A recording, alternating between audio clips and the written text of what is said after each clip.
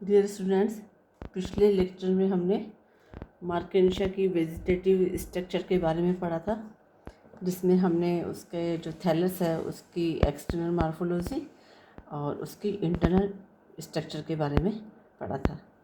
अब हम पढ़ेंगे मार्केंशिया जो ब्रायोफाइटा का मेंबर जो मार्केंशिया है उसमें रिप्रोडक्शन कितनी प्रकार का होता है। तो मार्केंशिया में रिप्रोडक्शन मुख्यतः दो प्रकार का होता है। नंबर 1 है वेजिटेटिव रिप्रोडक्शन, यानी जिसे हम कायिक जनन कहते हैं, और इसे हम एसेक्सुअल रिप्रोडक्शन भी कहते हैं। और दूसरा प्रकार का जो रिप्रोडक्शन है वो इसमें होता है सेक्सुअल रिप्रोडक्शन।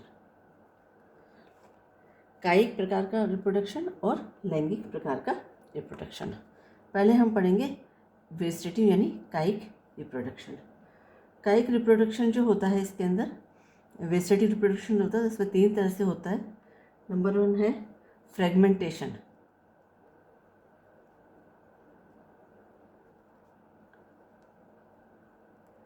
हिंदी हम इसे कहते हैं विखंडन।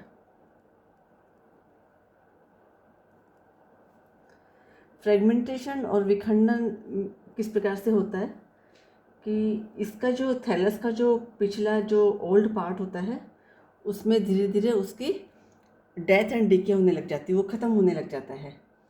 और ये जो इसकी जो ख़त्म होने की प्रक्रिया है वो थैलस के जो डाइकोटोमी ब्रांच है वहाँ तक पहुँच जाती है, जिससे डाइकोटोमी के दोनों लॉब्स जो होते हैं वो अलग हो जाते हैं। और दोनों लोब जो होते हैं वो फिर इंडिपेंडेंट ग्रो करते हैं और नया थैलस बनाते हैं। इस प्रकार एक डाइकोटोमी से 2 लोब होते हैं और दोनों लोब्स जो होते हैं एक एक थैलस को बनाते हैं। दो लोब से 2 थैलस बन जाते हैं। तो ये है इससे विखंडन प्रकार का वेजिटेटिव रिप्रोडक्शन। दूसरा प्रकार है इसके अंदर अपस्थानिक ब्रांचेस, जिसे हम कहते हैं एडवेंटिशियस ब्रांचेस, अपस्थानिक शाखाएं। इसके द्वारा इसमें होता है bryophyta.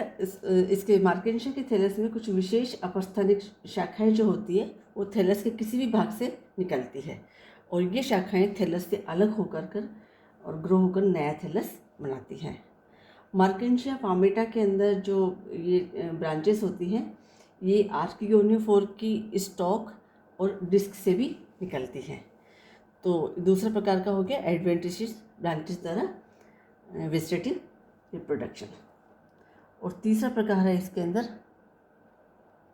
By special asexual bodies, विशेष प्रकार की अलैंगिक संरचनाएं जिन्हें हम कहते हैं गैमी।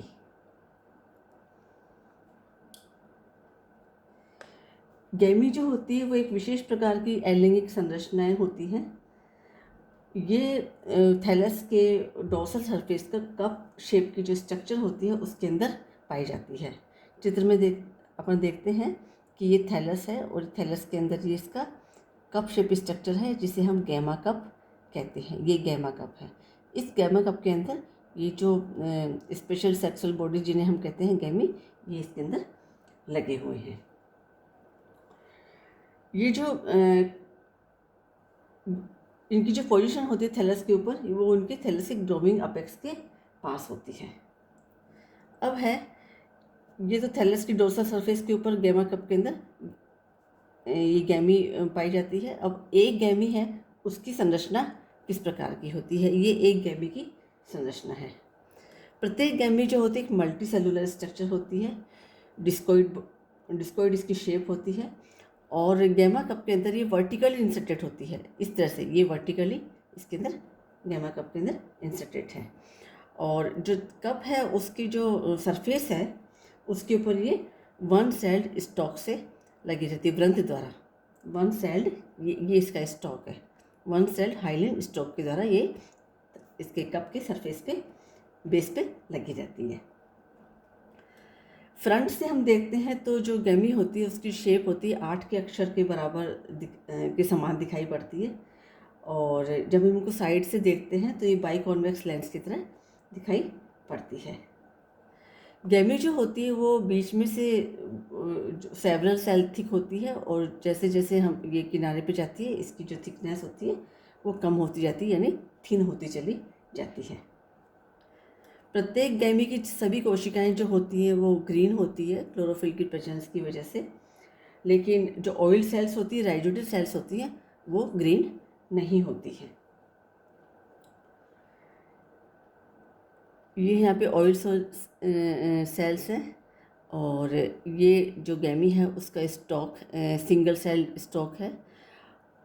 गैमी के स्ट्रक्चर में हमें दोनों तरफ जो है ये नॉच लाइक स्ट्रक्चर दिखाई पड़ रही है, ये इधर भी दिखाई पड़ रही है, इधर भी दिखाई पड़ रही है, जिसे हम लेटरल नॉच कहते हैं। इधर दोनों अपोजिट साइड में है, मतलब प्रत्येक गैमी के अंदर 2 लेटरल नॉच होती है, और इन्हें हम ग्रोविंग पॉइंट कहते हैं। राइजोइडल सेल्स हैं, राइजोइडल सेल्स जो है आगे चल करके राइजोइड्स का निर्माण करती हैं, ये इसकी ऑयल सेल्स हैं। अब है कि ये जो गैमी बनी है इनका डिस्पर्सल जो होता है वो थैलस से या गैमा कप से किस प्रकार होता है। ये गैमा कप जो होते हैं जब यंग होते हैं तो बंद रहते हैं, परंतु जैसे ही ये परिपक्व होते हैं ये खुल जाते हैं, और जिससे ये जो गैमा कप की कैविटी है इसके अंदर जल भर जाता है। कुछ म्यूसिलेजिनस यानी श्लेष्मी कोशिकाएं होती हैं जो कप के फ्लोर पे बेस पे बनती हैं, और गेमा के ये म्यूसिलेज सेल्स जो होती है जल का अवशोषण करके फूल जाती है, और जब ये फूल जाती है तो इनकी स्वेलिंग से जो होता है प्रेशर बनता है, और जिससे क्या होता है सिंगल सेल जो स्टॉक होता है इसका गैमी का ये टूट जाता है, और ये फ्री गैमी जो होते हैं वाटर की सरफेस पर तैरने लगते हैं। यहाँ कप में के अंदर जो वाटर होता है उसकी सरफेस पर तैरने लगते हैं, और रेन ड्रॉप्स की तरह वाश्ड अवे हो जाते हैं, और कुछ दूरी तक ये डिस्पर्स होते हैं। इन गैमी को जैसे ही उपयुक्त आधार या सबस्ट्रेटम मिलता है वहाँ पर ये अंकुरित हो जाते हैं। तो ये है गैमी जो होते हैं, ये गैमा कप में पाए जाते हैं।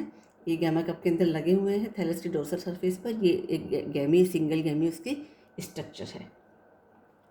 जब ये गैमा कप से बाहर निकल करके जब डिस्पर्स हो जाते हैं तो ये जर्मिनेट होते हैं जब इनको सबस्ट्रेटम मिलता है।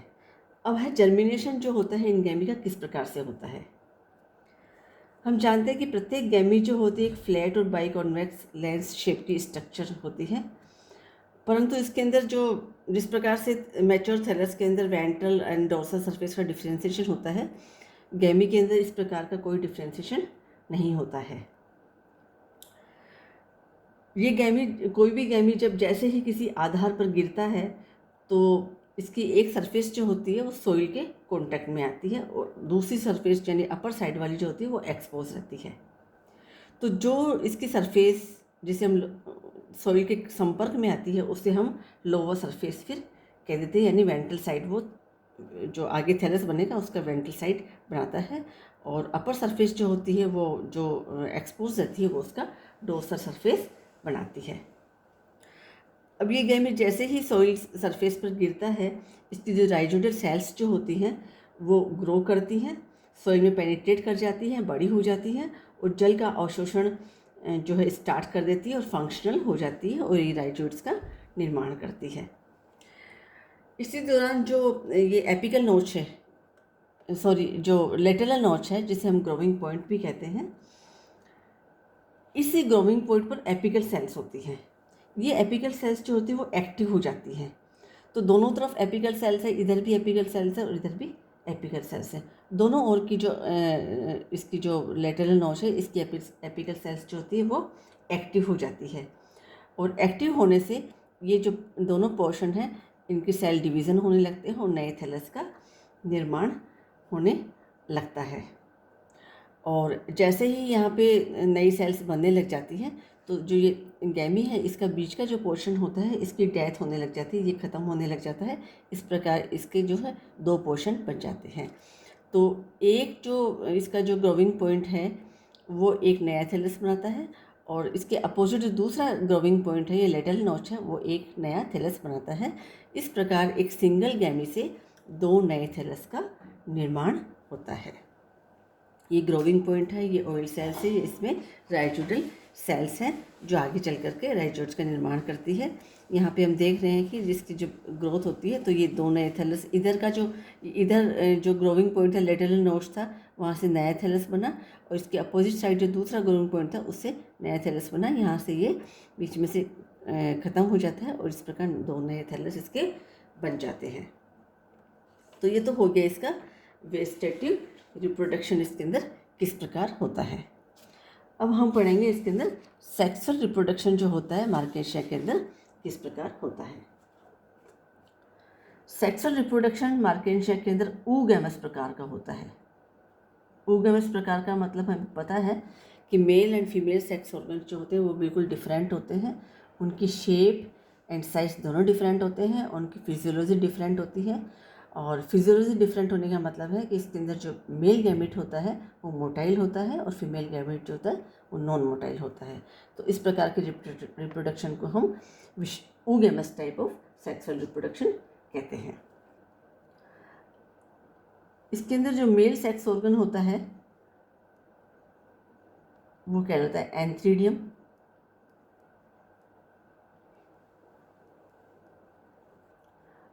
और फीमेल सेक्स ऑर्गन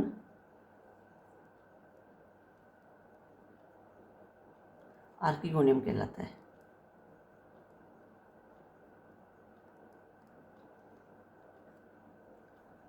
मार्केशिया की जो जितनी भी स्पीशीज होती हैं वो डायोशियस होती हैं।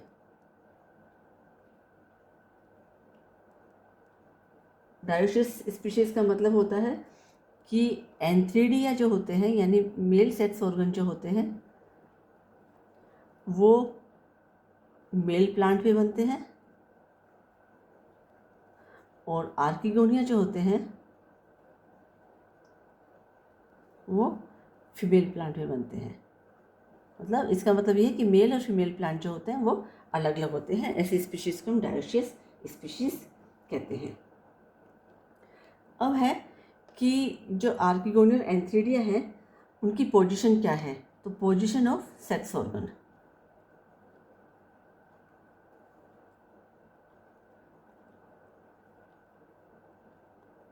एंथ्रीडियम एंड आर्किगोनियम में इनकी पोजीशन क्या होती है। एंथ्रीडियम और आर्किगोनियम जो होती हैं वो विशेष प्रकार की जो ब्रांचेस होती हैं उन पे लगती हैं। तो हम कह सकते हैं borne on special erect and stalked branches. Antheridia और आर्किगोनिया जो होते हैं स्पेशल इरेक्ट ब्रांचेस पर उत्पन्न होते हैं। इन इरेक्ट ब्रांचेस को हम कहते हैं गेमिटोफोर।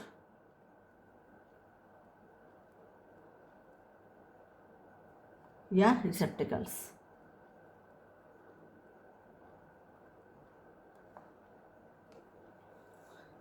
अब वो रिसेप्टिकल जिस पर एंथ्रीडिया बनते हैं उसे हम कहते हैं एंथ्रीडियोफोर।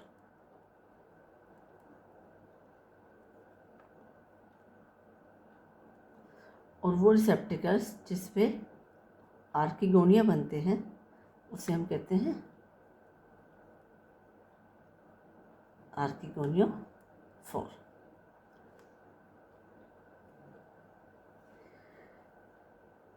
सेक्स ऑर्गन्स का जो फॉर्मेशन होता है वो high humidity, low nitrogen, high carbonate contents and longer जो लाइट की लॉन्गर ड्यूरेशन है उस पर डिपेंड ये करता है। अब सबसे पहले हम पढ़ेंगे इसके अंदर मेल सेक्स ऑर्गन यानी एंथ्रीडियम।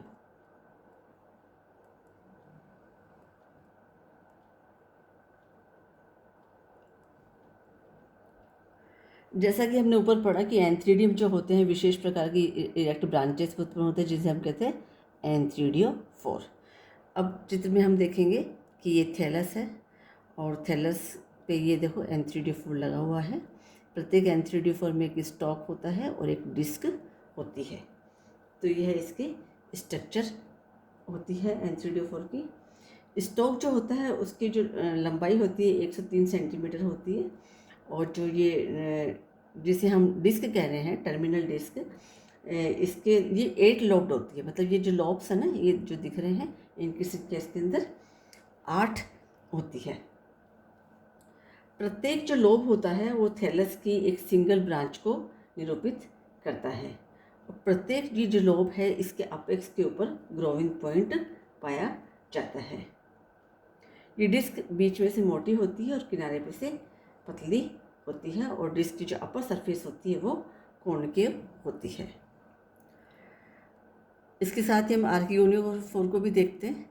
ये देखिए, तो हम जिसके ऊपर एंथ्रिडियोफोर बना है वो मेल थैलस, और जिसके ऊपर आर्कियोनियोफोर बना है वो फीमेल थैलस। तो आर्कियोनियोफोर में भी स्टॉक होता है, और ये जो होती है जो ऊपर की जो डिस्क होती है इसमें रेज होती है, फ्लोरेट्स टाइप स्ट्रक्चर्स होती है। तो ये दोनों के अंदर जो डिस्क होती है उसकी शेप में डिफरेंस होता है। प्रत्येक एंथ्रिडियम जो होता है वो एक ग्लोबस स्ट्रक्चर होती है।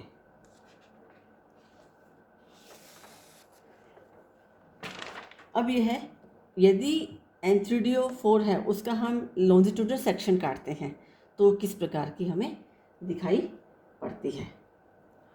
क्योंकि हम जानते हैं कि एंथ्रिडियोफोर का जो निर्माण होता है वो थैलस की डोर्सल सरफेस के ऊपर होता है, और अपेक्स जो एपिकल रीजन होता है, एपिकल जो ग्रोविंग पॉइंट होता है उसके नियरेस्ट होता है।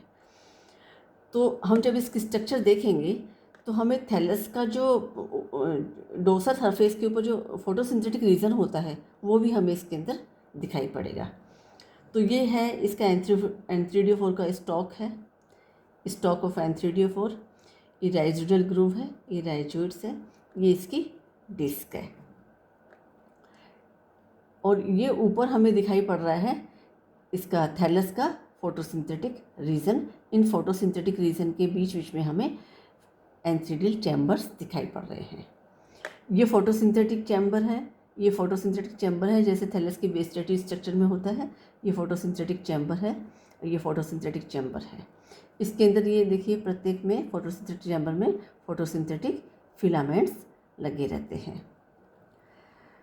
एंथ्रिडियम जो होते हैं वो एक विशेष प्रकार की स्ट्रक्चर में लगे रहते हैं जिसे हम एंथ्रिडियल चैम्बर कहते हैं। ये एंथ्रिडियल चैम्बर है, ये एंथ्रिडियल चैम्बर है, और ये एंथ्रिडियल चैम्बर है। एंथ्रिडियल चैम्बर की ओपनिंग को हम ओस्टियोल कहते हैं, ये ओस्टियोल है। प्रत्येक एंथ्रिडियल चैम्बर में केवल एक ही एंथ्रिडियम पाया जाता है। अब ये एंथ्रिडियम है, इसकी स्ट्रक्चर किस प्रकार की होती है। प्रत्येक एंथ्रिडियम जो होता है एक ग्लोबस स्ट्रक्चर होती है। ये ई ग्लोबस स्ट्रक्चर है, ये इसका व्रंथ है, स्टॉक है। इस स्टॉक के साथ ये एंथ्रिडियल चैम्बर के बेस में लगा रहता है। प्रत्येक एंथ्रिडियम जो होती है सेल्स की जैकेट से घिरा रहता है, ये इसकी जैकेट है, और अंदर है इसकी एंड्रोसाइट मदर सेल्स होती हैं जो आगे जाकर के एंड्रोसाइट्स यानी मेल गैमेट का निर्माण करती है। एंथ्रिडियम का जो निर्माण होता है वो जिस प्रकार से रिक्सिया के अंदर कोई भी सुपरफिशियल सेल जो होती है वो एंथ्रिडियल इनिशियल की तरह कार्य करती है, जैसा कि हमने पिछली क्लास में पढ़ा था रिक्सिया के अंदर एंथ्रिडियम का निर्माण किस प्रकार से होता है। तो इसके जो एंथ्रिडियम का निर्माण की जो प्रक्रिया है बिल्कुल वैसे ही है जैसा कि रिक्सिया के अंदर हम पढ़ा है, तो हमें दोबारा पढ़ने की इसकी आवश्यकता नहीं है। तो ये मैच्योर एंथ्रिडियम हो गया। अब ये एंड्रोसाइट मदर सेल जो होता है, एक एंड्रोसाइट मदर सेल से 2 एंथ्रिजोइड बनते हैं। तो ये एंथ्रिजोइड की स्ट्रक्चर है। प्रत्येक एंथ्रिजोइड अपन जानते हैं कि एक मोटाइल स्ट्रक्चर होती है, तो इसके अंदर ये 2 फ्लैजिला पाई जाती है, ये इसकी वेसिकल है। तो इस प्रकार ये एंथ्रिजोइड इसके अंदर मेल गैमेट्स बन जाते हैं। अब हम नेक्स्ट क्लास में पढ़ेंगे आर्किगोनियम की स्ट्रक्चर, एलिस of archegoniophore, and then fertilisation, and आगे के जो भी प्रोसेस है उसको हम कंप्लीट करेंगे। Thank you.